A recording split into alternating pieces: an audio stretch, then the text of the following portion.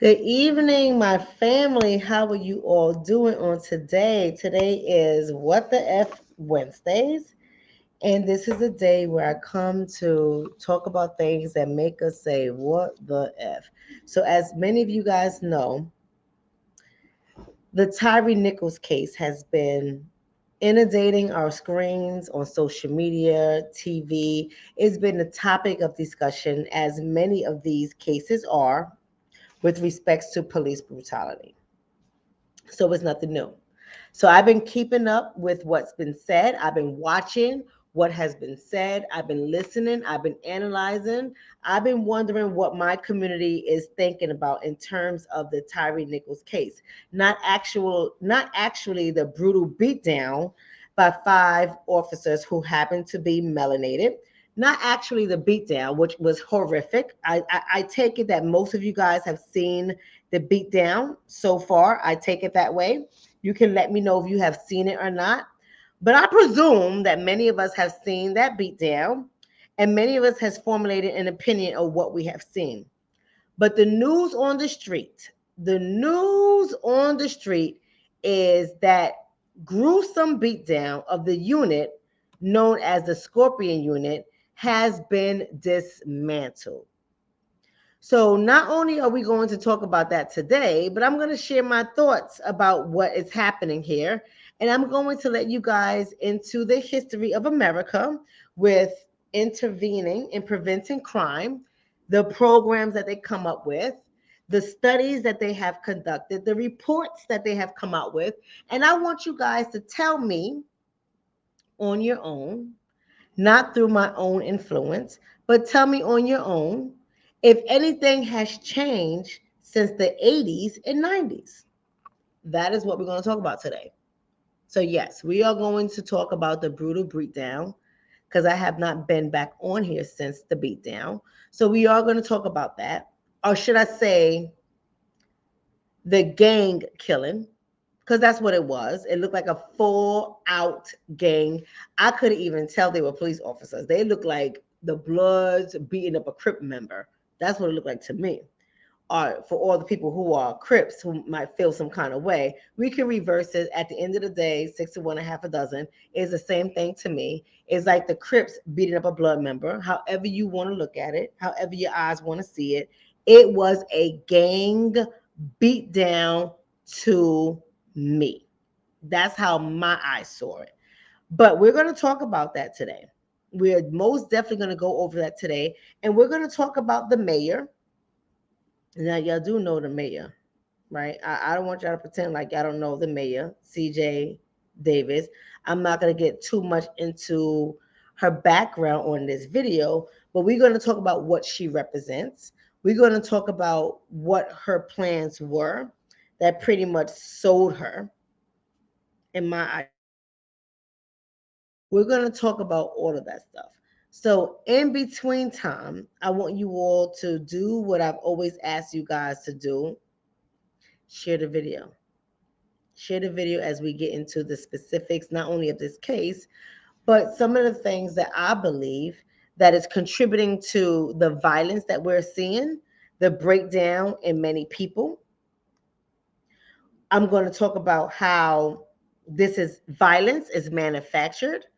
I'm going to talk about how we may think we are in control, but someone is controlling us. And I know I have this conversation with my family all the time that we are being controlled. Someone is controlling how we think, how we move, and the things that we do. So if you think that this is all happening on its own, you are sadly mistaken. So, with that being said, now that I've given you guys all the introduction and what we're going to talk about and how we're going to get into this discussion, I want y'all to do me a favor. Don't be stingy, show your love. But I want you all to go ahead and share this video. If you are on YouTube, subscribe to the channel. Subscribe to the channel. You can get the video a thumbs up. You can get the video a thumbs down. I don't care. I just want you all to engage in the chat. If you are on Facebook, I'm pretty sure there aren't a lot of followers on Facebook. That's why you got to come over to my YouTube channel. But on Facebook, the same thing. Like and follow the page. participate in the chat. And you all know I do highlight questions if I don't get too distracted and too into what I'm talking about. I do highlight questions. I do highlight statements. So make sure you all engage in the chat so that your question can be noticed by me and promoted on the screen. Okay, let's get started. Y'all seen the video, right? Y'all seen the video, right? Now, I know a lot of y'all was saying that y'all didn't want to watch the video. That's cool. I get it. We have to govern our emotions. We have to guard ourselves from the constant trauma that we are seeing continuously on TV, because seeing that kind of stuff constantly will impact you. And I know the display of violence over the course of time is very dangerous. So for those of you all who have not seen the video, I understand it. I respect it. But we're going to talk about this. We're going to talk about the video. So let me give y'all a little bit of transparency. I was having a conversation with my researcher on my channel. Her name is RJ. Y'all already know RJ. And if you have forgot who she is, RJ, when she comes on, she'll make herself known. Y'all go ahead and give RJ some love. RJ, no matter how absent I am, RJ stays in communication with me because she has learned my personality. She knows I disappear every now and then so I can keep my mental health in order. And then I come back on and I look at everything she texts me and then I respond. So she and I was having a really deep conversation. And I was explaining to her that when I was watching the video and I was comparing it to the Rodney King video, because that's what his attorneys did. His attorneys compared it to the Rodney King video. I said, not the actual beatdown in itself, because the beatdown was disgusting. And I'm going to tell y'all why I thought it was disgusting. The beatdown was disgusting. But I said the community is not outraged like they were, in my opinion. Now, this is my opinion. We can all have different opinions. But I said the community is not outraged as they were in the Rodney King community, because, or the Rodney King time, because our community is desensitized to violence. And there's a reason why our community is desensitized to violence. And so at first, I want to be honest with y'all. At first, I was feeling like I was misunderstood by Miss RJ, because she was like, are you meaning to tell me this guy got tased with X amount of voltage in his body? He got beat with a baton. He got pepper spray. You mean to tell me that was not as bad as Rodney King? And I had to respond to RJ. And I had to say the beatdown in and of itself was disgusting. I am not talking about the beatdown. What I am saying is the outrage. When we saw the visual of Rodney King and his beatdown, I don't know about you. Remember that. I was a senior in high school or either a freshman in college. I don't know. But I was an adult when I saw a young adult, that is, when I saw the beatdown of Rodney King. And the amount of rage we had, family. I don't know about what y'all did in your community or in your schools, but I'm going to tell you what I did. I was enraged.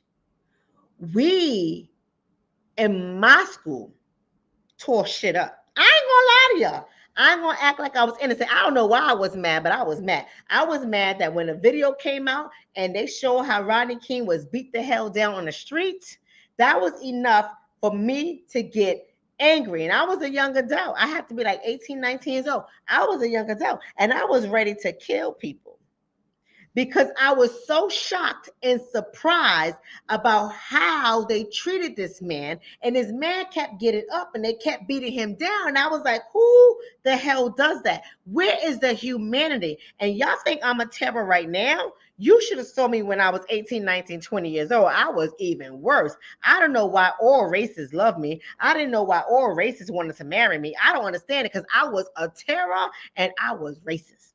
I ain't gonna lie to y'all. I ain't gonna lie. I am not going to lie to y'all. I was a terror. And when I saw this video, see, somebody said we tore shit up in Queens too. I'm not making this up. I was in the Bronx. We was tearing it up on that video. And when I saw the Tyree Nichols video, y'all better stay with me. Somebody said, I'm still am. You still a terror? Well, see, I ain't trying to go to jail now, baby. I'm a mama now. I'm waiting for the next 10 years for me to be a grandmama. I'm a mama now of some adults. I'm just trying to say. 10 years because I want her to finish med school. 10 years because I want him to finish being an engineer. Right? But if they brought me one right now, I'll be mad, but I will still raise that child. I'm just telling you, I would still help to raise the children and take my grandkids on vacation with me. I'm excited about that kind of stuff, but I can wait another 10 years. You understand what I'm saying? But I'm just trying to communicate to y'all. I was angry. So what I was saying to RJ, it wasn't about what happened in the beatdown, right? What happened in the beatdown was disgusting. The way I saw Tyree saying, damn, y'all doing too much, I could see myself saying that. The way I saw him say, I'm calm, I could see myself saying that. Forget about, you know how people say, I could see my son saying that. Not that I cannot see my son saying that, because I can, but then again, I could see my son fighting. So Tyree was cool, because Tyree wasn't fighting. My son is vicious. So I could see my adult son fighting. My little different child, you know, we all have different children. My little different child that's 9 years old, he'd probably be just like Tyree. He just want to get on his skateboard and do the things that other Black children in the inner cities don't be typically doing, right? My child in the back room, he's interested. Should we just pray for him? I gotta make sure he bring me home some melanated babies. I'm just saying. He's interesting. But my adult son, I can see him fighting. I can't see him like Tyree. But I want him to be more cooperative. And not because he's doing anything wrong, but because of my own fear. Because of my own fear of how these gang units operate. For my own fear. And I'm just being honest with y'all. Don't judge me. Don't judge me. I'm just being honest with y'all. For my own fear, I want my adult son to take that aggression down, because that aggression is going to have the Scorpion unit take his life. That's how I think. I'm going to be honest with y'all. I'm going to be honest with y'all. So I say all that to say, Tyree Nichols, may he rest in peace, or as we say in the Nation of Islam, peace be upon him. Tyree Nichols' beatdown was disgusting. I want to make that very clear. It was disgusting. I can see my own child saying, y'all doing too much, because they were doing too much. It was disgusting. So even though we all, well, many of us saw the video, right? Many of us saw the video. Many of us thought it was disgusting. It was brutal. It was animalistic. It was like how I tell you guys, do y'all remember the video I did not too long ago? If you don't know, I want you to go back and check it out. But the video I did not too long ago, when I spoke about how, whether we like to call ourselves humans or not, we still have animalistic tendencies. And just as scientists and zoologists study the animal kingdom, we need to be studying our kingdom, because we mimic a lot of the animal kingdom. Even though we're more civilized and we're highly thinking, we mimic a lot of the kingdom. Remember when I told you guys that? And I said, you don't want to be the lone wolf. Do y'all remember that? When I said the lone wolf is cool if you about it, right? Because some people, some lone wolves can tear an animal up in shreds, right? They might get bit, they might be bleeding, but they will F somebody up. You understand what I'm trying to say? But at the end of the day, the lone wolf is always a threat. Remember, I talked about that? The lone wolf is always the threat because of pack mentality. I talked about that. And I told you all that human nature is to be in packs. I'm going somewhere with this. Y'all gotta, I'm promising y'all, teaching is about to come. The first 30 minutes is going to be me explaining my thoughts. The next 30 minutes is going to be teaching. So go ahead and be patient, put on your seatbelt. because I know people who are new to the channel, they're not used to how I teach, so they start getting impatient, they start getting turned up. We're gonna have to control them. You understand? Because we in class right now, so the students that haven't really registered for the class and they're just sitting in the seat, they want to register. I gotta calm the hell down and just let me teach how I teach. Let me educate how I educate. Right? So as I was saying, the lone wolf is always vulnerable because many people operate in packs. Remember when I said that? And you have to know how to respond when a pack approaches you. Your goal is to get the hell out safely. And that's what Tyree was trying to do. The scorpion pack, a pack of wolves or lions or hyenas, are wild dogs, African wild dogs, whatever you want to call them, whatever name you feel comfortable with. The pack approached him and he was a lone wolf. He was a lone wolf. And you can see the fear in him. I don't know, for those of you guys who haven't seen it, the video, trust me when I say it, trust your sisters and brothers in the chat when they say it. You can see visually the fear in him when he ran, because they was not letting up on him. And he saw from the very beginning, this ish don't feel right. This feels different. And he ran. He ran for his life. They was tasing him. He took off his shirt to prevent himself from getting that sting, and he still ran. He was within yards of his mother's home. And the gang, the pack, see, we say gang now because that's new age terminology. But if you really want to go back to the animal kingdom, is a pack. The pack of wolves caught up to him. The pack of wolves, aka the scorpion unit, caught up to him. And they cornered him like wolves will corner their prey. You understand what I'm trying to say? Cornered him. And he didn't know what to do, just like a prey. I love watching the Animal Channel. I like watching this stuff because even though when you all, not you all, but many of you guys see the Animal Channel, you think of the animals like, oh, that's fascinating. These animals, they look at how, oh, wow. And I look at it, I'm like, we mimic that same type of behavior. That's how I look at the Animal Channel. And it was very interesting when these pack of wolves called the Scorpion Unit got on him. He cowered and he's like taking these hits and he don't know. He's still trying to get away as they biting his goddamn leg. He's still trying to run as they biting his ribs. They on him. They on him.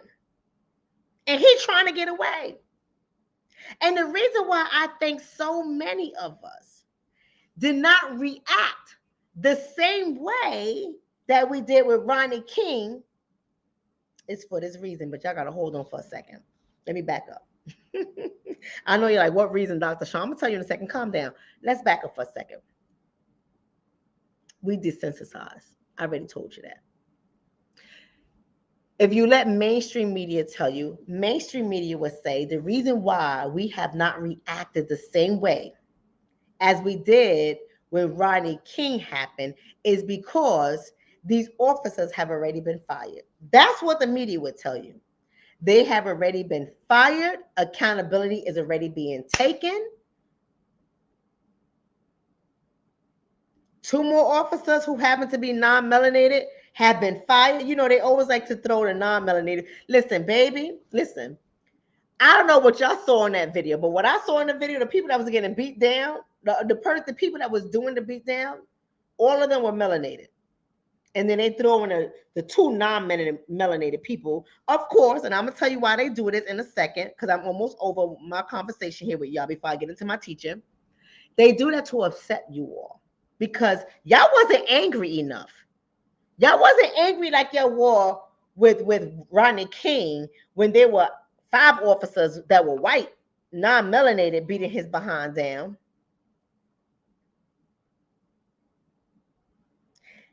Let me tell you something. Baby, y'all better wake the hell on up. Let me tell you something. Media sat back and I listened to them. See, I didn't come on. I wanted to come on amongst other reasons why I didn't come on. But I wanted to come on, but I also wanted to watch and wait. Because I'm hearing the conversation on mainstream media. And they like, we are suspecting riots.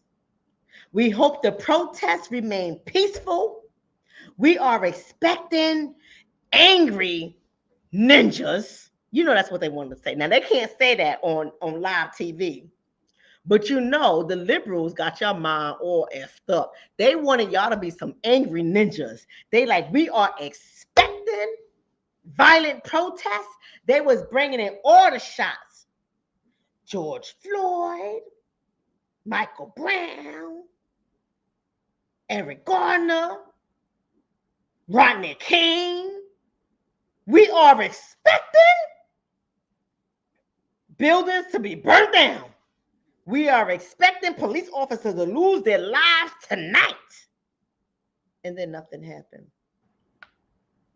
Okay, maybe a police car, a ticket person in New York City. We don't even call them police because they ain't got no damn guns. You know, the little toy cops that have the NYPD traffic cars. No disrespect to your partners or yourself. That is a toy cop. No disrespect. I know it sounds disrespectful, but no disrespect. Y'all got the NYPD uniform on, but y'all ain't got no gun. I'm just trying to tell y'all. I'm just trying to tell y'all, give out tickets. You know, in some cities, they call y'all ticket maids, meter maids, or some stuff like that, right? One of y'all cruisers, your windows, the NYPD ticket window got broken by a white person. I was laughing. I don't know about y'all. This is not funny, but I'm just saying, to me, not the killing itself. There's nothing funny about the killing. Y'all know I'm angry. I'm about to get to that. I'm angry. But the riots that they were waiting for, I was like, isn't that person breaking the window white? I'm just trying to tell you. I was saying, like, babe, isn't that angry person white? They wanted y'all to be angry like y'all were with Amadullah, like y'all war with Sean Bell. Peace be upon him. I gotta say that because his fiance is married into my family, so I gotta definitely show his love and understand that his children are beautiful children. We love them, but they wanted y'all to be angry like that. They wanted y'all to be angry like Rodney King. They wanted y'all to be angry like Mike Brown. They wanted y'all to be angry like Oscar Grant. They wanted y'all to be angry. So they started to feed you guys all this stuff. Get angry, get angry, get angry. And they were sitting back, waiting with their pen and papers, the researchers especially. We want to see. And y'all didn't get mad. Y'all didn't get mad. Somebody said the frequency is increasing. Somebody said the frequency is increasing. Lieutenant Soul, what you mean by that? Tell me what you mean by that. You know I like to converse with my audience. But y'all didn't get mad. But I'm going to tell y'all why I think so many of y'all didn't get mad. Somebody said, I think it was out of respect for his mother and father. No, I disagree. I disagree. Somebody said, I think it was out of respect for his mother and father. I disagree. Let me tell you why I disagree. There has been so many parents who have got on television and say, I don't want y'all to be angry. My son, aka Michael Brown, would not have wanted that to happen. We want it to be peaceful. We want the cops to be held to be accountable. I do not want you guys to tear up your community. So many black mamas who is about to get paid via the representation of Benjamin Crump have all said the same thing. And some black folks said, I don't care. I'ma burn up your ish anyway, right? So you have to start. There you go. Go ahead, Missy May. See, y'all like my cousins. Y'all like my cousins. I'm telling you. Go ahead, cousins. Go ahead, cousins. Invite me to the cookout. She said because it was ninjas that did it. Ooh, we're about to get into that right now. See, she's one of my students. They get an A, right? She wanted to show up at the head of the class and get an A on a teaching. See, y'all gotta wake up. There you go, Silk Team. Silk Team is one of my A students. Right? Leo go live. Go ahead. Go ahead. Go ahead, Simply Stacy. Go ahead. This is why I love y'all.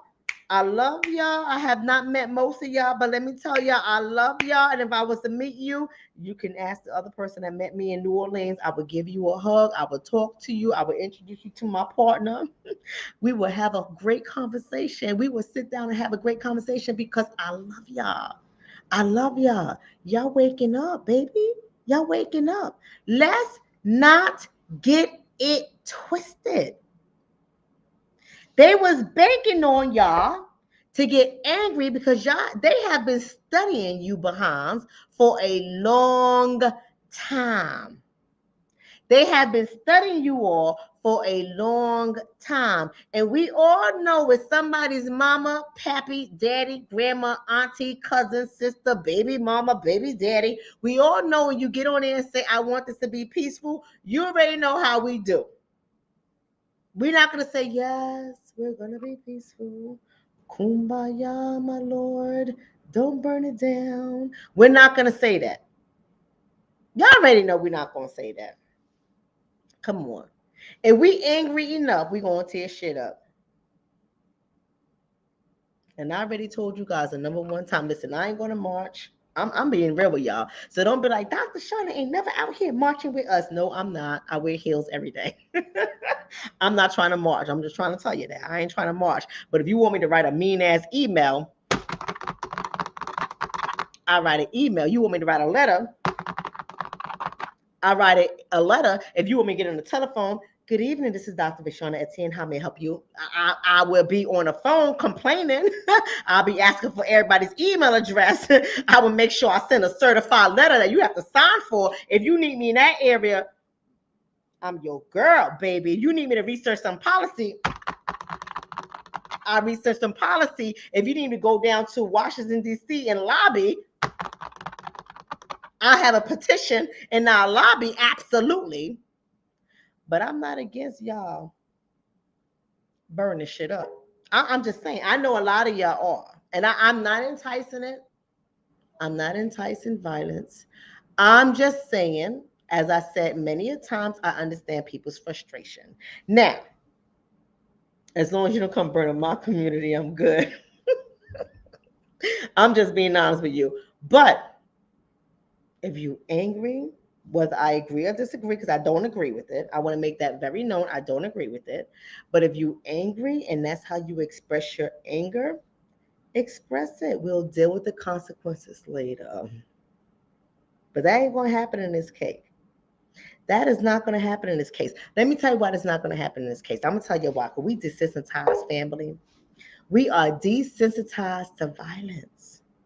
And when I looked at it, I started to analyze my own reactions to it.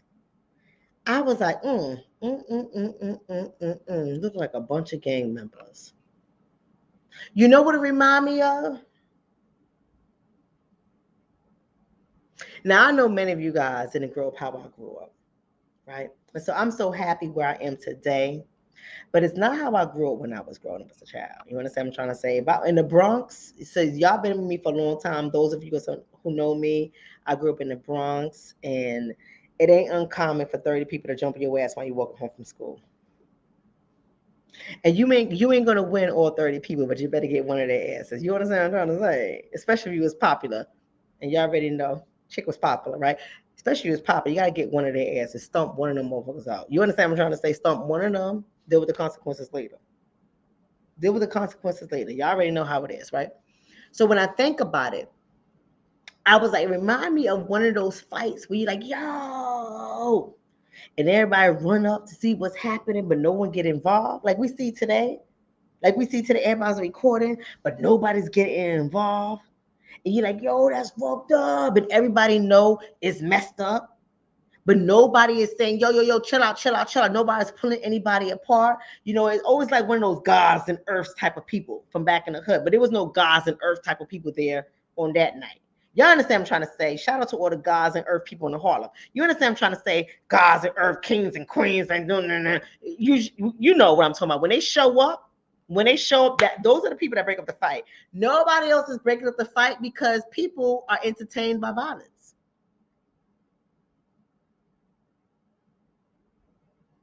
And I hate it. I hate it. People are entertained by violence. And so when I saw that video, I was like, wow, it looked like one of those brutal beatdowns that nobody wanted to get involved in, but everybody wanted to watch. Right? Thank you for that donation. Somebody says, wouldn't they want us to be mad enough to burn the city? Then they could come in and gentrify the city and kick us out. That's what they wanted you to do, but we didn't do it. And I'm telling you why we didn't do it. We didn't do it because in our community, in our culture, and I'm not saying this is set in stone, this is all my opinion. I hold that. It is my opinion.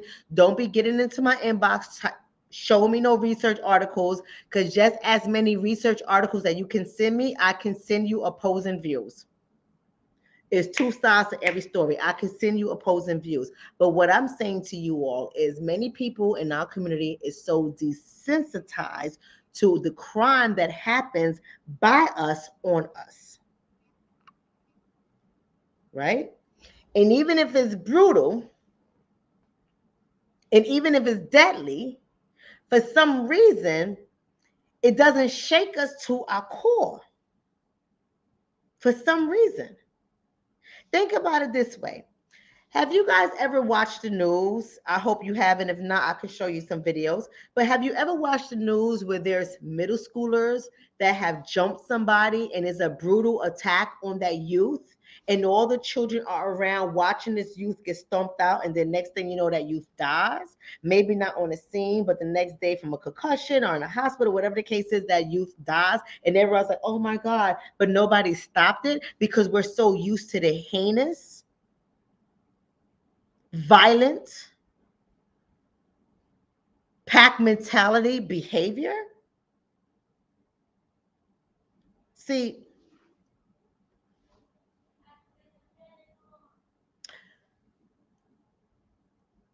they have been comparing a lot of this case to George Floyd, but it's not the same. It's not the same. Because the George Floyd case opened up a 400-year-old injury we have. Opened up a 400-year-old injury we have. And anytime we see the non-melanated face dominating, controlling, abusing, killing the melanated face, it's going to get us to react because that's how trauma works. You can trigger trauma at any moment, and we're automatically going to respond to that trauma that has haunted us for centuries. Now, is it right? No. Is it wrong? No. It is what it is. It's trauma. And for so many years, we have watched our own deliver brutal beatdowns on each other.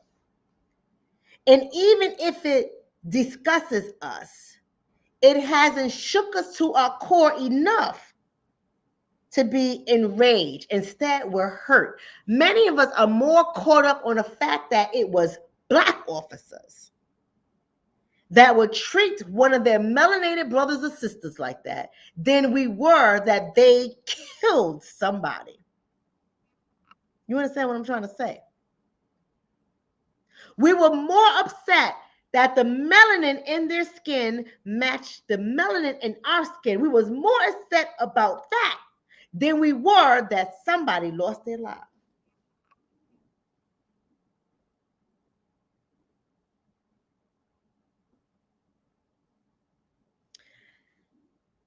Let me take a pause in the program for a second. I'm going to highlight this comment, y'all. I want y'all to tell me what y'all think about this comment. I'm never going to say anything just yet because y'all know usually I will say something. I want to know what y'all think about this comment. Lovely day one day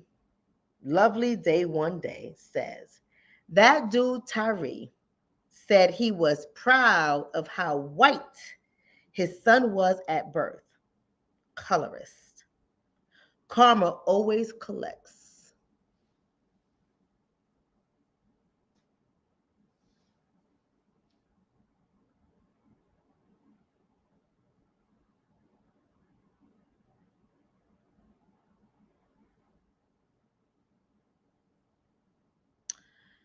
I want to know what you all think about this comment.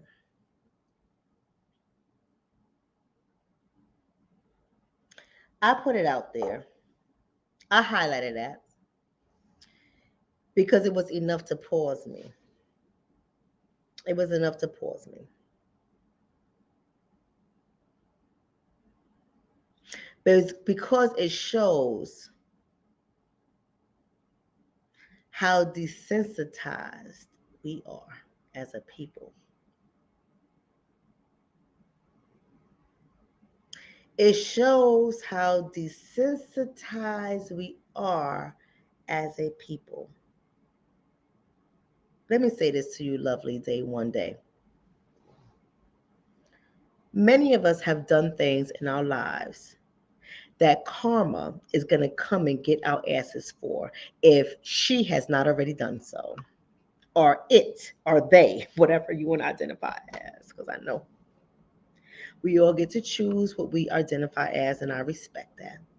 But she, they, them, it, they, her, him, he will come and get our asses all each day, each day.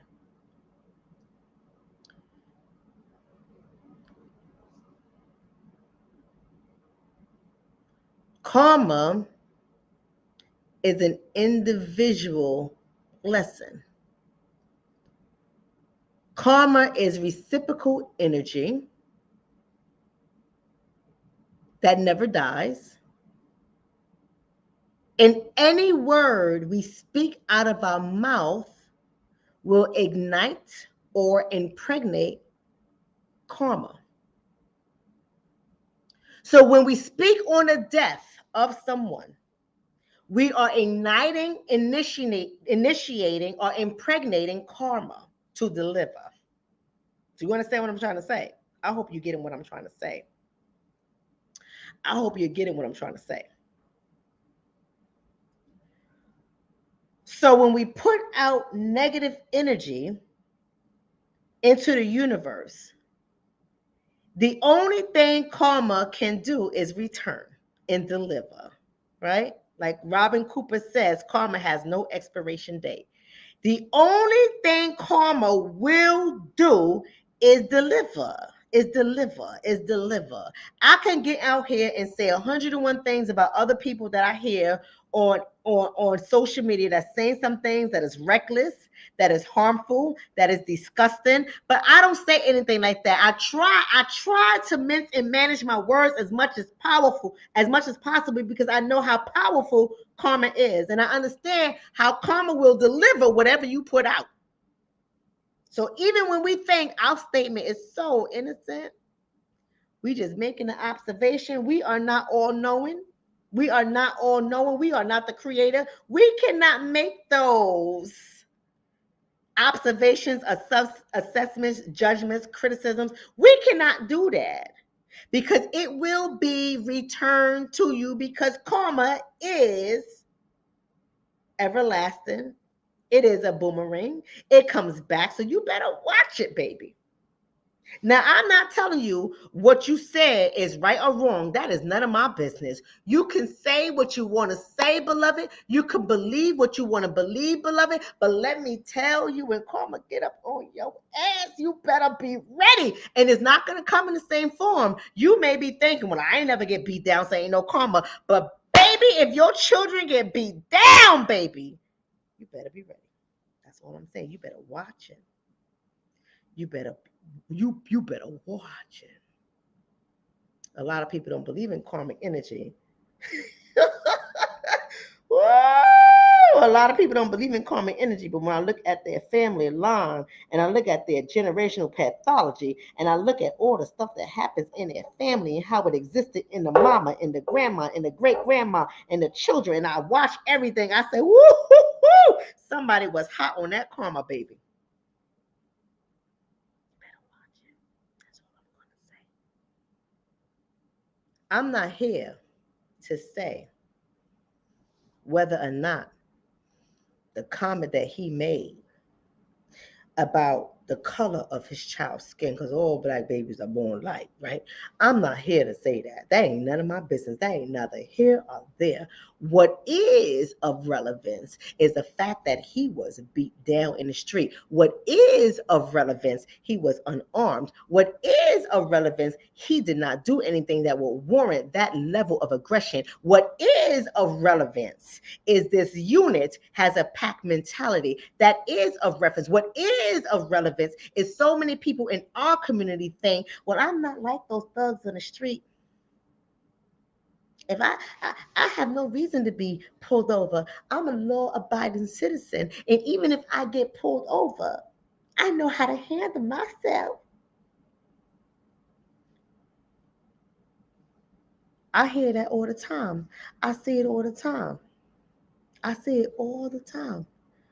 This is a person who was driving, got pulled over, stopped, and they opened the door and pulls his ass out before they even said license and registration. Do you understand what I'm trying to say?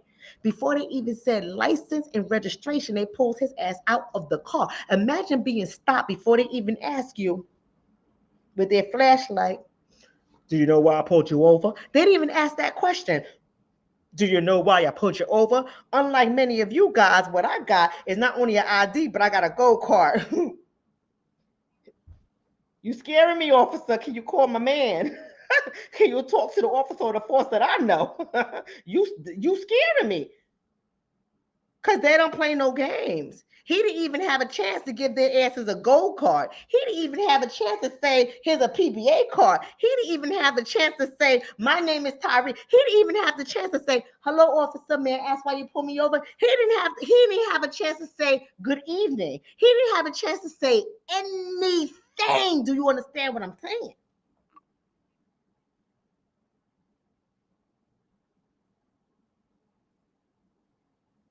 He didn't have a chance to say, is something wrong? He didn't have a chance to say anything. The door opened, boom, they pulled him out. I know a lot of y'all,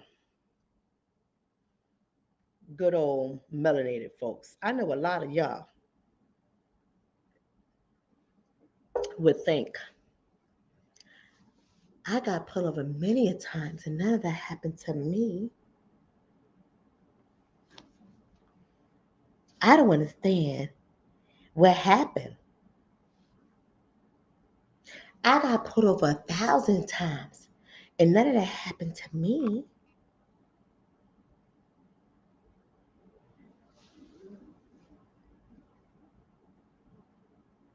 I always say it this way, don't put yourself in somebody else's story. Don't think you know what somebody should do, what they shouldn't do. Don't think you can analyze somebody's life. Don't think you could talk about what's right for them, what's wrong for them. Mind your goddamn business, because you don't know what God has set up for you. So to throw it up, to throw up on somebody's name and imply imply that this is what they deserve, for me, I don't know. It just doesn't sit well with my spirit. It doesn't sit well with my spirit, because here's what I know. Let's get into it. It's already we almost out of time. I ain't gonna have all the time to get into that. I was trying to give you guys a history on violence, but some people took me off course, and that's okay, because we're here to converse. We're all here to have different opinions. That's okay. I don't mind conversing with you all. We're here to have different opinions. So I got taken off track. But I'm gonna tell you what this video done for me. I looked at it and I looked at how we responded, and I said, well, damn, we are really desensitized. They really thought they had our behinds pegged. But I've been telling my melanated community for a very, very, very, very, very long time that we have been the subjects of multiple studies and we're unaware of it. They are studying us all the time. They take from us, they give to us, they want to see how we react. They take away services, they give services. They take away jobs, they give jobs. They take away income, they give income. They take away housing, they give housing. They want to see how we respond and how we act. But I know every time I say things like this, some people don't like what they hear because it sounds harsh. And I know it sounds harsh. I know it sounds extremely harsh to know that you are in one big study lab. It sounds bold. It sounds like a bold statement to me to be like, okay, doc, how are you going to say that they're studying us like that? Right? They know what we're going to do. How are you going to say that they're manufacturing things for us like they're God? They're playing God position over our lives. Doc, that's kind of harsh. Can you prove it? And I've shown you guys research study. And you know I always document things. I always give you guys things to look up on your own, right? The stuff, not the popular stuff. I always give you guys things. I'm like, oh, well, I don't think you know this was happening. So why don't you look this up? And I always talk to you guys that in video. And then I'm like, don't take my word for it. Stop the video, go and Google it, see it. And then I'm like, oh shit, Doc, telling the truth. Then y'all want to be interested. Okay. But beloved, the Scorpion unit was not an accident. It was not created by accident. It was not created necessarily in response of, because that's what they will tell you. Now, don't get me wrong, Memphis is a hot mess when it comes to crime, but so is Chicago, so is New York City, so is Atlanta. Atlanta, I don't know what y'all do in Atlanta, but y'all need to get that all the way together. You understand what I'm saying? I'm like, well, God damn, y'all get in Atlanta? Y'all out of control. But there are so many cities and states that are out of control, but this isn't new. And if you stay long enough and you study hard and you take notes and you calm yourself down from wanting to respond to every video you see, you will learn that this stuff has been happening for a very long time in our communities. Next thing you know, it'll be a insurge of crime, and then all of a sudden, crime is under control. Then there'll be an insurge of crime, and then crime is under control. And so you have to sit back and you have to wonder, why is that happening? Why are they doing stuff like that? And that's the question that I asked myself. Right? Somebody said that's what they asked themselves. They knew it was more to that, right? So hold on a second. I just missed that. That's what I have to sit down and ask myself. So I did that. And I went back and I said to myself, what does the government know about violence? The government has a whole bunch of beautiful articles out there. Now, are they beautiful? No, they're not beautiful. I just want to say beautiful because beautiful just sounds great, but they're not beautiful at all. But the government, including the CDC, has a lot of different articles out there regarding violence as a public health problem. So they have known that violence has been a public health problem in America. I'm not going to say in our community, but in America. And the research studies that they started to conduct goes all the way back to the 80s. So I'm not going to be able to go through this all the way through because I only have about 10 to 12 minutes. And I spent a lot of time addressing certain things and talking about Kyrie. But I want to give you guys like really snapshots of this. If you go back to the 1980s, you'll start seeing during that time, the 80s is a time when they started to identify homicide as an epidemic. And it had to be an understanding of why homicide was an epidemic, not only among the youth, but also among what they identified as, in that time frame, they said minority communities. In this time frame, they may say marginalized community, but we're going to keep it all the way real with Dr. Shonna. We're going to say black and brown communities. I don't even know what brown is. We're going to knock that out because I almost fell into their trap of saying brown communities. We're going to knock that out. We're going to say Black communities and Hispanic communities. Let's call it what it is. Let's call it what it is, because Indians identify as brown, and ain't nothing like this that's happening in our communities happening in their communities. So let's just call it what it is. Middle Eastern communities call themselves brown, but let's just call it what it is. Let's not mince words. Let's not pretend. Ain't nothing like this happening in their communities. And Black communities, homicide is serious. In Hispanic communities, Latino, Latinx, whatever language that has been given to them or they have adopted, neither here nor there for me.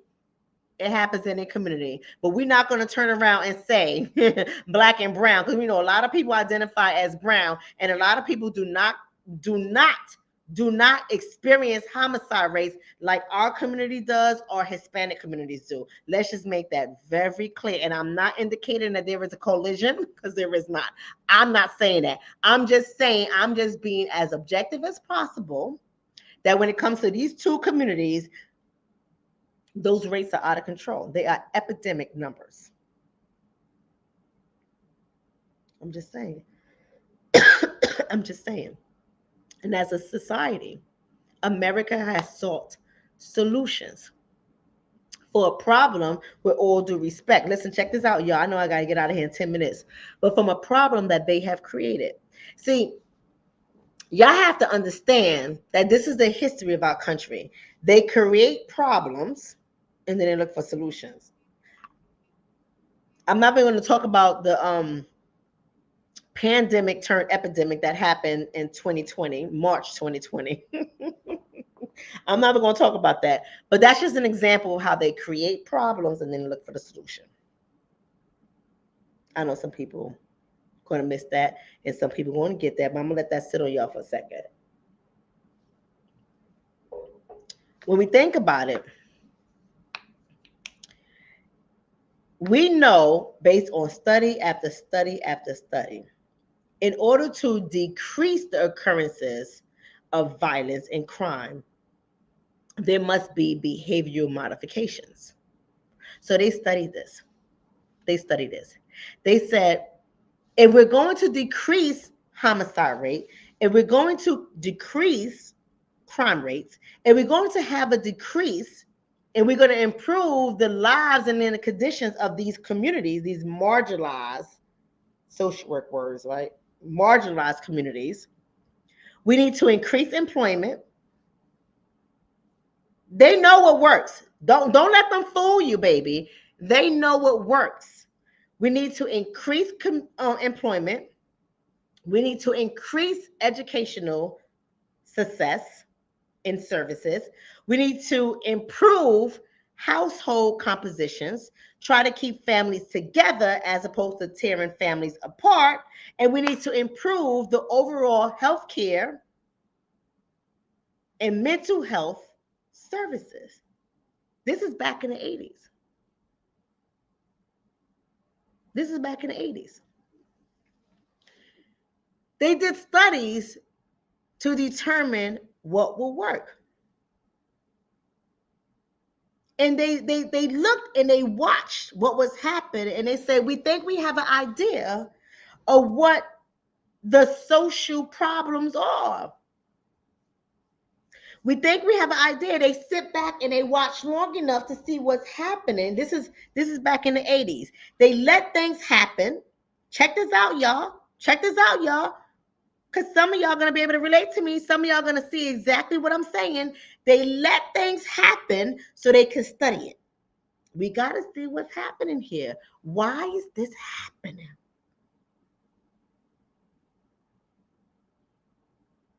Now, some of y'all will believe in order for the government to be able to find solutions, the government has to manufacture the problem or neglect it long enough so it can become an epidemic. They will ignore the root cause, because if they really start to talk about the root cause, it will require them to take accountability. So instead, it becomes a cycle of blame, and they offer a cycle of false hope. We're going to sit back. We're going to watch what's happening. And then we're going to come up with all these reports. And after the 80s, while they watch all the crime in the 80s that was happening, if y'all remember the 80s, I don't know how old you guys are in the audience. I'm only about 22. I'm not that old. Right? But those of you guys like me who's 22 and was born in the 70s, you understand what I'm talking about. Crime was out of control in the 80s. Crime was out of control in the 80s and it was manufactured. We already know that. We already seen some of the reports from the CIA that have been released that tells us what they did to our community to see how we're going to respond, because we are one big test bowl population. We sit in the fishbowl and everybody watches what we're doing. I wonder how they react if you drop meat in this. Oh, look what what about broccoli?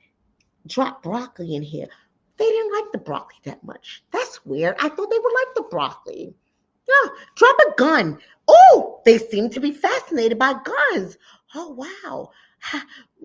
Drop the gun and a whole bunch of money. Guns and money. They like guns and money. That's great. Drop guns, money, and a teacher. They don't like the teacher too much. They don't like. This is what they do. This is what they do. Now, I'm being facetious, obviously. But this is what they do. And based off of those kind of studies, they realize, okay, here's what we learned. Because in the 80s, and of course this started way before the 80s. Somebody said this started in the 1800s, of course, right? But even in the 1800s, y'all give those people too much credit. Even in the 1800s, their asses wasn't that smart. If they were smart, they would prevent their asses from dying from so many diseases. They weren't that smart. So don't give them people too much credit. We have all evolved as humans. We all got smarter. We all have been watching cause and effect. We all have been watching universal laws, such as every action has an equal and opposite reaction. We all have been paying attention to these things, all of us, all of us. We've been studying it. We've been paying attention. We have been putting it to the test. We do that to this day. We still study. We still pay attention. And we still put things to the test. And that's what they did. And here's what they came out with in the 80s. If you remember, I can't make this stuff up. I would give you guys some articles to go ahead and research so you can see it for yourself. I can't make this stuff up. But here's what they came up with. They started to study the number of child abuse and neglect injuries and deaths. They started to study the homicide rate among Black males ages 15 to 24. Does that sound familiar? Studying the homicide rate. This is the 80s. I'm talking about the 80s. I'm going to tell you the name of the report in a second. But I'm talking about the 80s. They started to study and learn from the homicide rate among Black males 15 to 24 years old. Doesn't it sound familiar? Isn't that what they're telling us right now? They started to study the suicide rate among 15 to 24-year-olds. Isn't that what they tell us right now? So nothing has changed. We in 2023, baby. 2023, and nothing has changed. But they have you believing that they're coming up with some solutions. They have you all believing that they got a plan. Oh, no, they ain't got no plan. They know exactly what to do to stop it, but they won't do it because there's money behind that. But nonetheless, I'm not going to get into that tonight. I'm just giving y'all some information. They started to study the number of privately owned handguns. Do y'all hear that? Isn't that the same stuff they talk about right now? They're studying in the 80s the number of privately owned handguns. And they wanted to improve the data on child abuse and family violence, such as domestic violence. Isn't that all the narrative we're hearing right now? That was in the 80s. That was the 1980 report. In 1985, it was a report of the Secretary's Task Force on Black and Minority Health. Y'all can go ahead and Google it. 1985, report of the Secretary's Task Force on Black and Minority Health said homicide was the major cause of death. So they know what's happening. They know what's happening. In the 80s, the CDC started to explore violence among certain populations, not all populations, certain populations. What populations do you think that was? And they wanted to describe the problem when they start to conduct these research. You got to understand, in order for us to conduct, and I say us because I'm of the scholarly community, in order for us to conduct research problems, and we're going to do it in a qualitative sense, meaning qualitative is not quantitative. Let me explain this real quick. Qualitative can be through surveys, it can be through observations, it can be, it can be from somebody going undercover and living in the community. That's qualitative. Quantitative is us studying a number of reports that have already been pulled out and trying to pull new data from all the research that has already been done, all the reports that have already been done, looking at all the numbers that are already in existence. Qualitative versus quantitative. I'm giving y'all a little something to eat on. I'm just hope you're catching it. But in order for us to conduct these studies, we have to allow, if there's qualitative in our studies, if it's qualitative, and I know some of it was quantitative and some of it was qualitative, but if it's qualitative, we have to allow it to happen. We got to see it in its natural environment. We got to watch. Oh, that's interesting. If you drop the music talking about Chanel and Louis Vuitton, and you say you can get a man to buy that for you and to drop that cootie cane, or that pootie tang, yes, oh yeah, they're going to do it. Interesting enough. That's very interesting. We got to allow it to happen in order for us to make sense of it. So the CDC started to explore the violence among these communities because they wanted to describe the problem, monitor the public health objectives. I'm not going to get into detail with that because I'm already 1 minute over, but monitor the public health objectives. They wanted to study different causes and populations of homicide, study them, not stop them, We want to study them. Interesting. He killed his mama. Let's study. Oh, this person killed their mama too. Now, why did this person kill their mama and that person kill their mama? Next thing you know, the whole book on these people come out. Well, this person was disturbed at the age of 7. This person was in JV at the juvenile JD, the juvenile detention, at the age of 13. This person went to jail at the age of 15, and they killed their mama at the age of 21. You ain't see that coming. The ideal is not to stop it. The ideal is to see how far it goes. Oh, I know this sounds bad. I know this sounds really bad. I know it sounds bad, but this is what happens. I'm telling you, this is what happens. They wanted to understand homicide in the workplace. Doesn't that sound familiar today? Remember the Walmart shootings? Why did this happen? We want to know why this.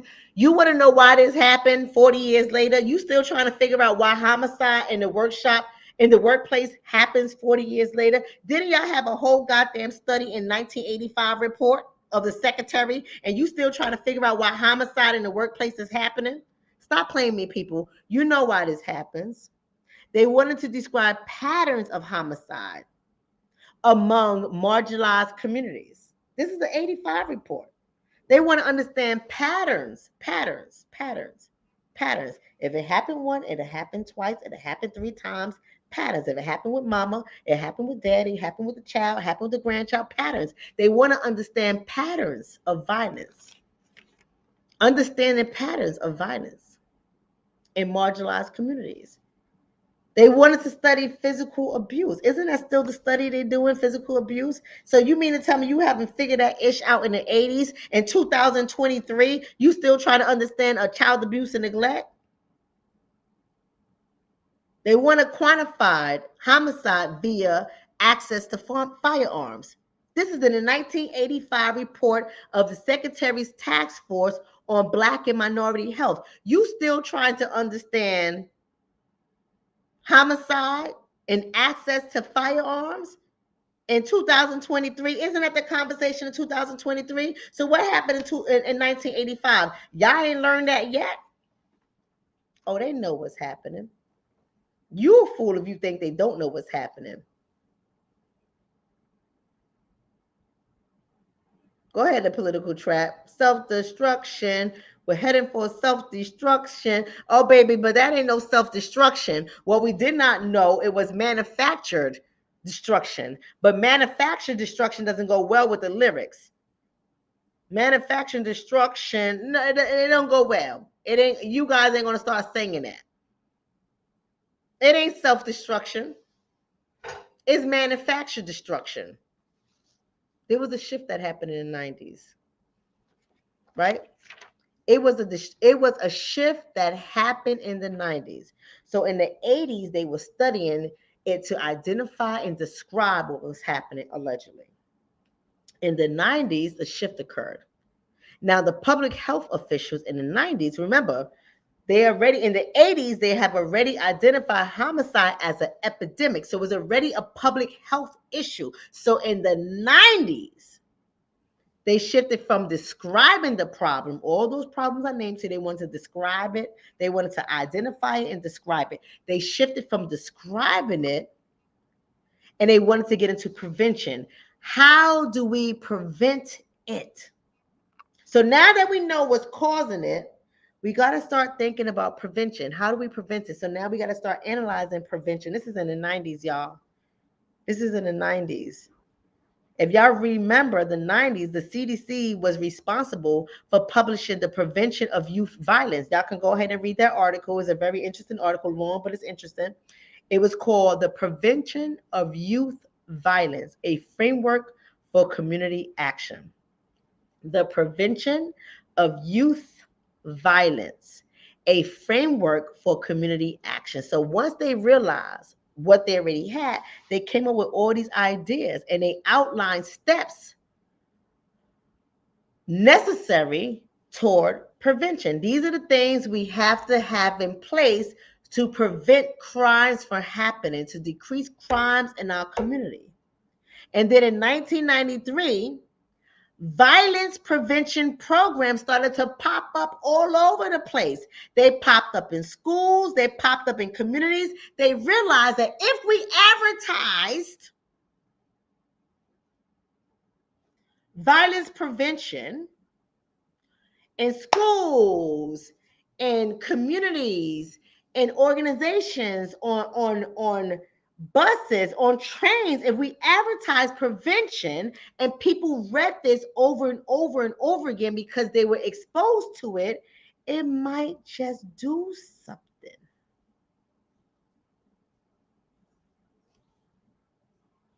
It might just do something. And what they learned, or should I say, what they so called learned from this operation in the 90s, is when you take a progressive and aggressive action towards prevention, you will see a reduction in aggression. You will see a reduction in violent behavior. They know this. They already know this. I'm going to ask you guys, because I want y'all to start raising your awareness. I'm going to ask you guys, when you go into your community,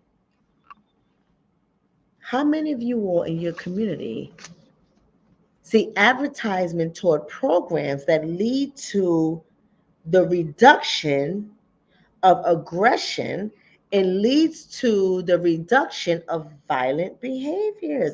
I know some of you guys who grew up in eras that I grew up in, you'll be able to name some of these programs, such as DARE.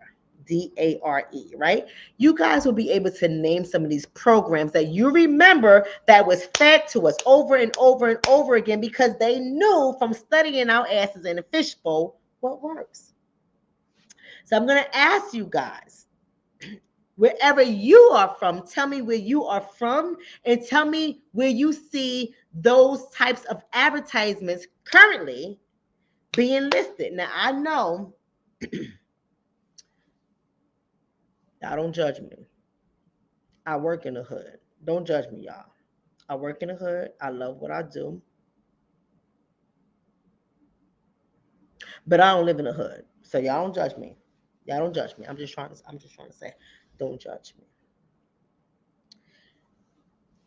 But I purposely drive through two very major cities in New Jersey. Hood ass cities. I purposely drive through Paterson, New Jersey, and I purposely drive through Newark, New Jersey. I'm just trying to tell you that. I see a lot of advertisement regarding LGBTQ issues in both these communities. Everywhere. Everywhere. Everywhere. Everywhere. Everywhere. But I don't see any advertisement about gun prevention. I don't see any advertisement about drug prevention. I don't see any advertisement about unprotected sex. Back in the day, when I first, in the 2000s, the early 2000s, was heavy. It was heavy on HIV prevention. Y'all know AIDS is still real, right? Y'all know HIV still happens, and especially among the melanated community. It still happens. But I don't see advertisement like that. I don't. I don't see the only advertisement I see is come get your Medicaid. Come get your Medicaid.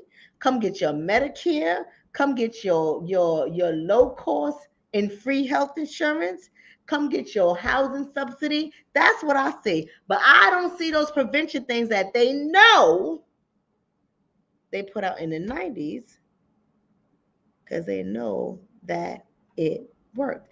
That's right. Look at it. Y'all all coming up. I love it. I love it. Somebody said, this is your brain on drugs. Y'all remember that? Y'all remember that when they try to convince you not to take drugs? Do y'all remember that?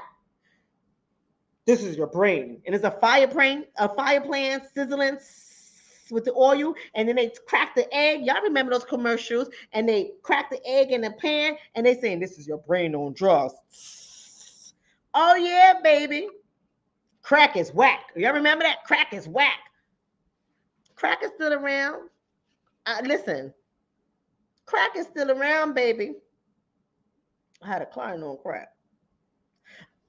And I was surprised. I ain't gonna lie to you. I was surprised. I said,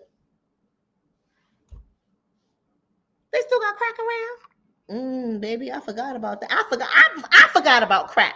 Because there was no advertising letting me know with the stick. Y'all remember the stick dummies? The dancing, break dancing stick people? Crack is whack.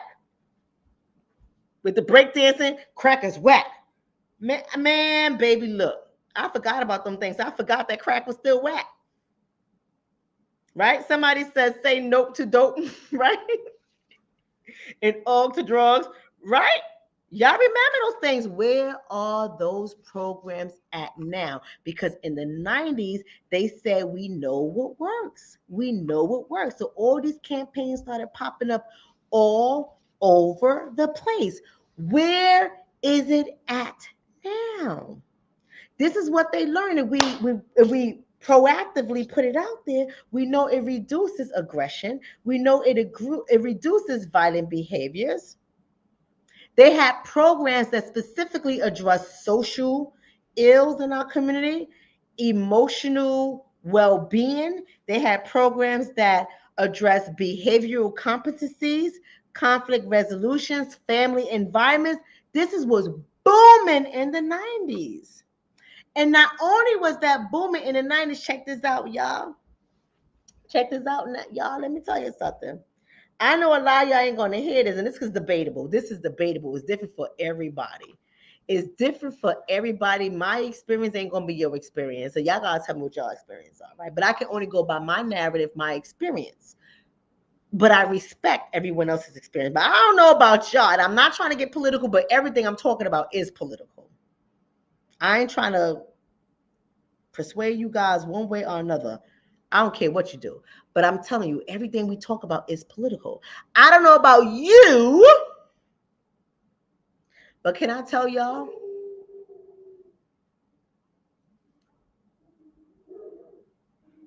In the 90s,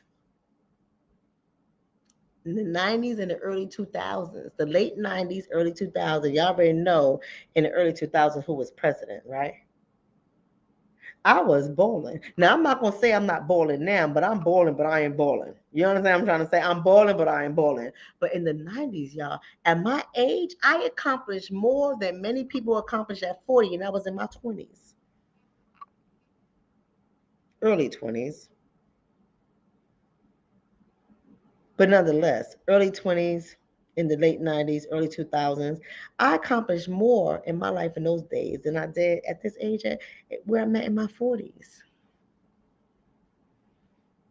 I didn't have the same stresses financially. I owned more when I was younger than I did now. Now, of course, that shit led to the boom, right? The economic boom. We're not going to talk about that. But what I'm saying to y'all is, and we already know that black people lost more property during that time than anybody else. But let me tell you something. I owned some property then, baby. Ooh, baby, I owned some properties, and I ain't going to talk about who was president. That ain't neither here or there. But they knew. Somebody said me too. Thank you, Kimberly. Right, right. Go ahead, Kimberly. Come on now. I'm trying to say. I'm trying to say, but they knew jobs decrease violence and aggressive behavior, education decreased that. They knew these things. They knew these things. See, when I hear the youth talking today, I'm like, where y'all get this dumb shit from? And you got all these voices on social media telling these youth to believe. Let me tell you something. You don't understand how they study us in the bowl. They know when to open up the door of opportunity and when they close that shit on you. They know what they're doing. See, y'all think I'm not gonna say all of y'all, but some of y'all think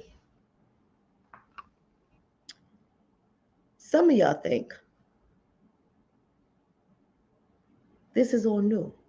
None of this stuff is new.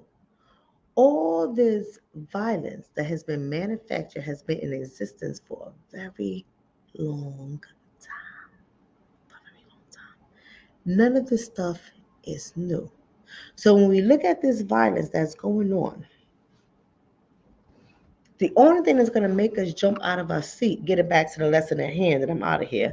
The only thing that's going to make us jump out of our seat is when our trauma, our long-standing trauma, is triggered. When we see the non-melanated people kneeling on our necks, are the non-melanated people pumping 48 bullets in us? Are the non-melanated people choking us while we saying hands up, I can't breathe? Like, we get angry about that stuff, but why do we not get angry about seeing our own officers beat the life out of somebody? It's because we have already been conditioned to accept that as is. And they know it. And they know it. And they started to throw other things in there. Oh shit. They didn't tear down a city. Why didn't they get mad? Why didn't they tear the Oh God, Jimmy. I think it's because they're black officers. You think it's because they're black officers? Jimmy, I think it's because they're black officers. You think so? I do. Well, let's fire them two non-melanated officers and see what happens. Officer number 6 and officer number 7. They threw it out there. 2 more officers have been terminated. And they got their faces. And nothing is happening. Because we didn't see officer number 6 and officer number 7 as part of the beatdown. Nothing is happening. They have desensitized us to accept violence as is. They already know through their research. I'm telling y'all. There's a published article. They published their achievements. Their achievements was published in Youth Violence, a report of the Surgeon General. Look that up. Youth Violence, a report of the Surgeon General. They published their achievements as to what works, and they had the stats, the data, and everything, so they know what works. They also know that violence spreads via exposure.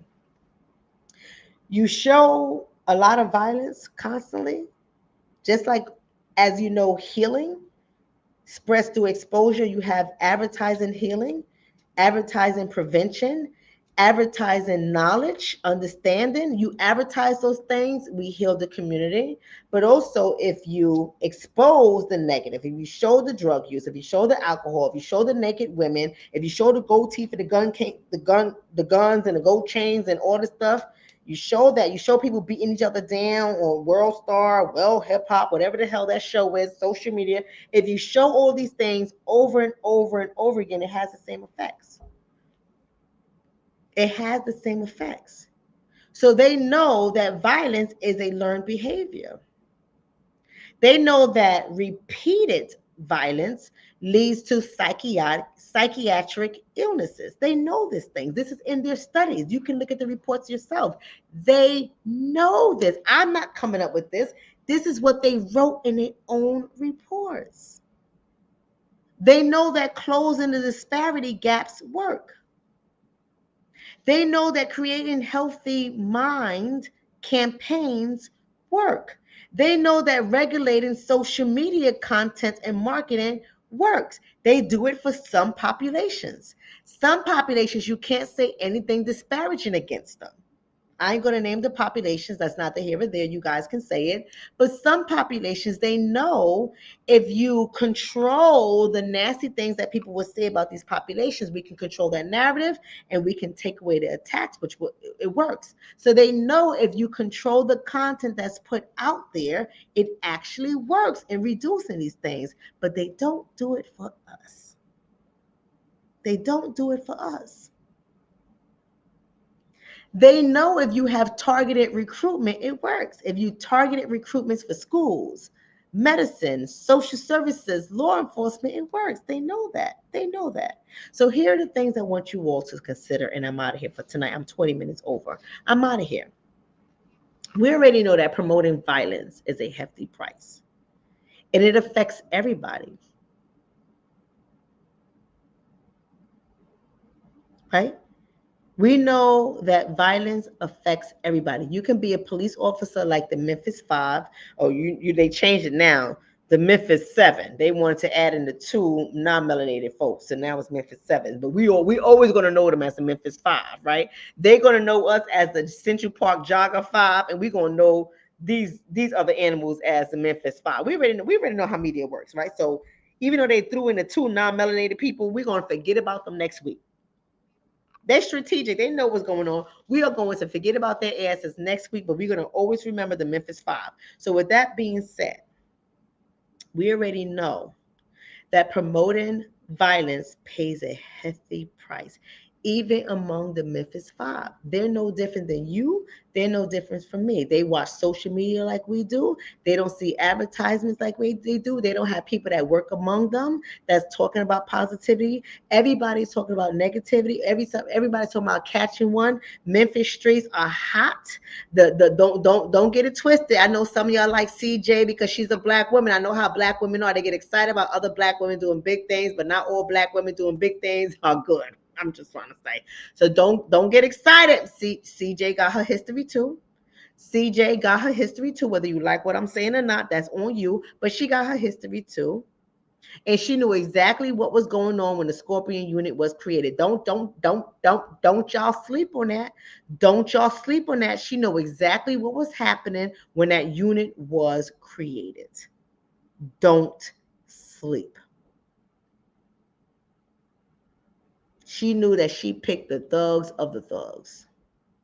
She knew that she wanted the biggest, baddest rejects of society to be on them streets because the price was on her head hefty. And the price was, if we're going to make you the chief, Miss Black Woman, you better clean this up. But the same thing they did to David Deakins. They gave her a big task that she ain't going to be able to handle. Same thing they did with David Deakins, because you too, CJ Davis, is a pawn on a chessboard. You are a little fish in a bigger bowl and everybody is watching your ass. You are an experiment. They're dropping little things in your tank to see how you're going to respond as well. Listen, somebody said that rabbit runs deep. She got to go. I'm just trying to say. They know what it's going to take. So here's what I want y'all to consider, because we know that violence is a hefty price.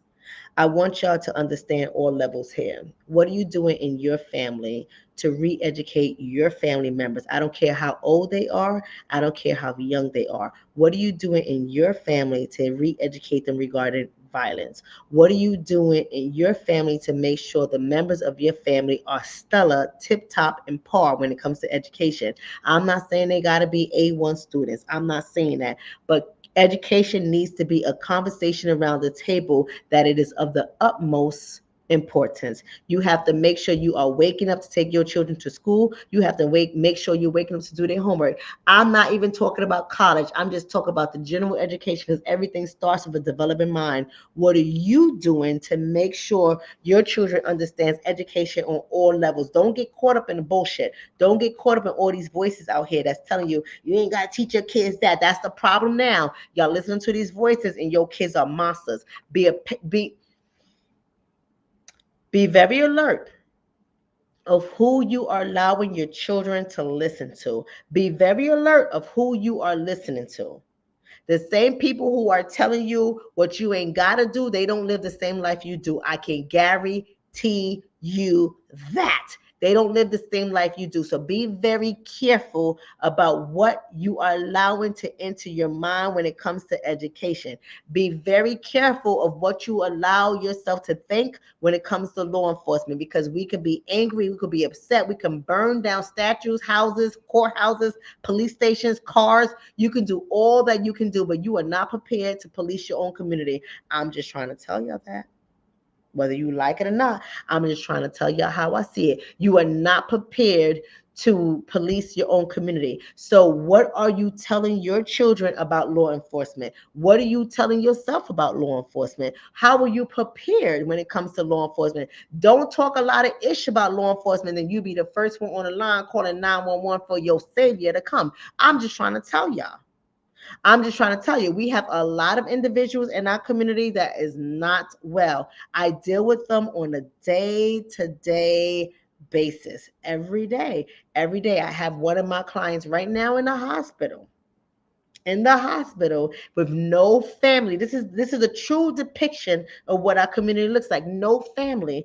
And when I went searching for him, because he comes to see me every day, Dr. E, he speaks to me in Spanish, which I understand 85 to 90% of what he says, and I speak back to him in English and Spanish, which we call Spanglish. And he has developed a connection with me, and he comes to see me every day. And he went missing. He went missing, and I was scratching my head. I said, "Why he ain't knocking my door today?" Took my little keys, and I went in his apartment to see if he was there. Nobody was there. I thought I was gonna find a dead body. Nobody was there. I said, "Where he at?" And I went to call in all the hospitals in the neighborhood, and I found him. He had a stroke. And you know what? They didn't treat him properly. They left him there because they thought he was homeless.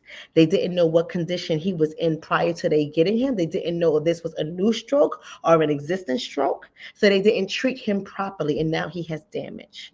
And he said that he was homeless. That's the only word that he knew how to repeat, because he had a stroke. So he didn't understand what they were saying. He couldn't communicate. And because I found him and I put up my coat and I rushed out there to get them. And I gave them my credentials. I gave them everything they needed to know. I had all his IDs photocopy, his health insurance photocopy. And I said, he belongs to me. And he has no family.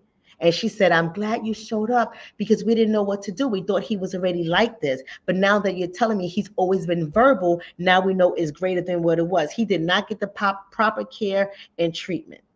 And what am I saying about this? I'm saying our community is hurt. Our families are broken. Our communities are hurt, and nobody cares about the next person. My client had a stroke on the street, and they left him there. They left him there till somebody was brave enough to call 911 and get him to the hospital. So he missed that window for proper treatment.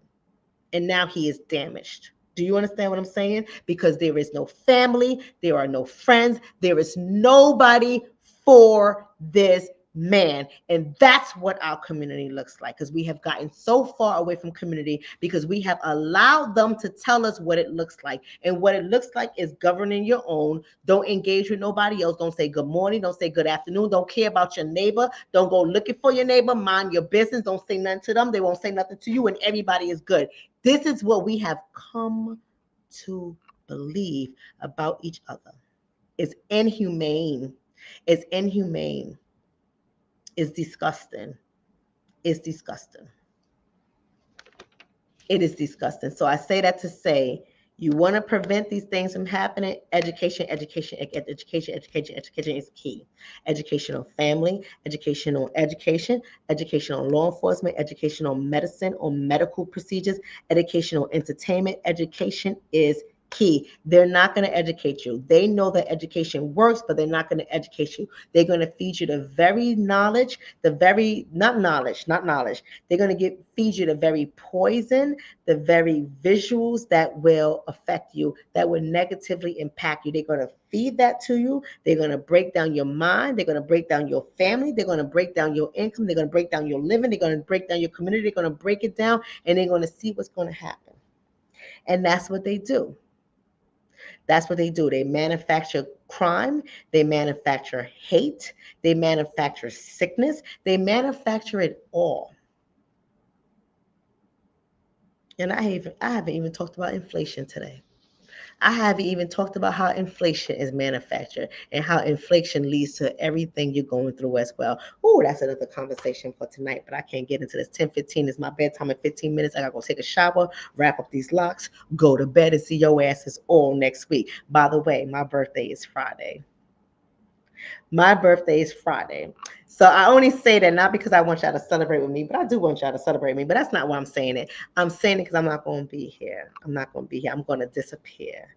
I'm going to disappear for a week because my boo, Officer Stedman, is taking me away for a whole week. And I'll see your asses when I return. When I return. I hope you elevate your mind. I hope you were able to follow the bouncing ball. I hope you was able to see everything that's happening and do understand why we did not get mad at the 5 melanated officers that was delivering a gang pack mentality beatdown. I want you to understand why it did not happen.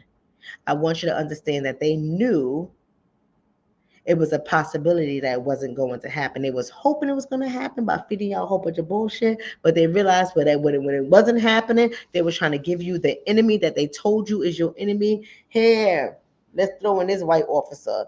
Let's throw in this white officer. They're going to get angry now and burn down buildings. And then it didn't happen. They surprised. You got to understand, we are all test subjects, our case studies, every last one of us. Please do not let their narrative or their hypothesis about you be true. Let's take it back to the days when we were raised to wear suits, when we was raised to stand up straight, when we was raised not to say the word ninja. Y'all know what I'm talking about when I say ninja. When we was raised that way, let's take it where saying shoot was a curse word.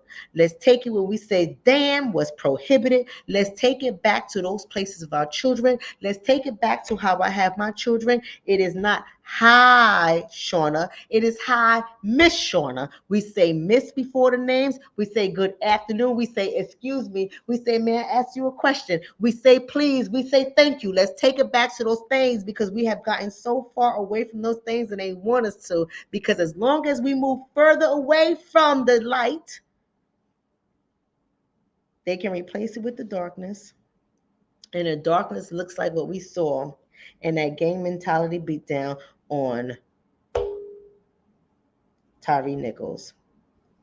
In my next live family, I am going to talk about procedures that have been relaxed in law enforcement. I am going to talk about how relaxing these procedures, these hiring practices and procedures, have led to the types of incidents we have here with Tyree Nichols. Every police officer knows on this feed that many departments have relaxed their civil service requirements. Many departments have relaxed their hiring requirements. We have people that cannot chase you a block that are police officers. I'm not saying nothing because you can't say something about certain populations. And I ain't no Barbie, but I'm a Barbie. You understand what I'm trying to say? I ain't no Barbie, but I'm just trying to say You can't say certain things about certain populations, but we have police officers that I question how they became police officers, not only from their intellect, but by their physical appearance. I'm just flabbergasted and I'm shocked. Hmm. We have police officers that are afraid of their own shadows, that are police officers. I'm going to talk about all of that in my next live. Until then, if you are on YouTube, go ahead and hit the subscribe button and subscribe to the channel. If you are on Facebook, like and follow the channel. And if you have not joined me on Instagram as of yet, please come over to my Instagram channel and be a part of those discussions there as we talk everything relationship. And for all my single women who are looking to date, I'm that person for you. I'm going to teach you some things. I love you all and have a great night.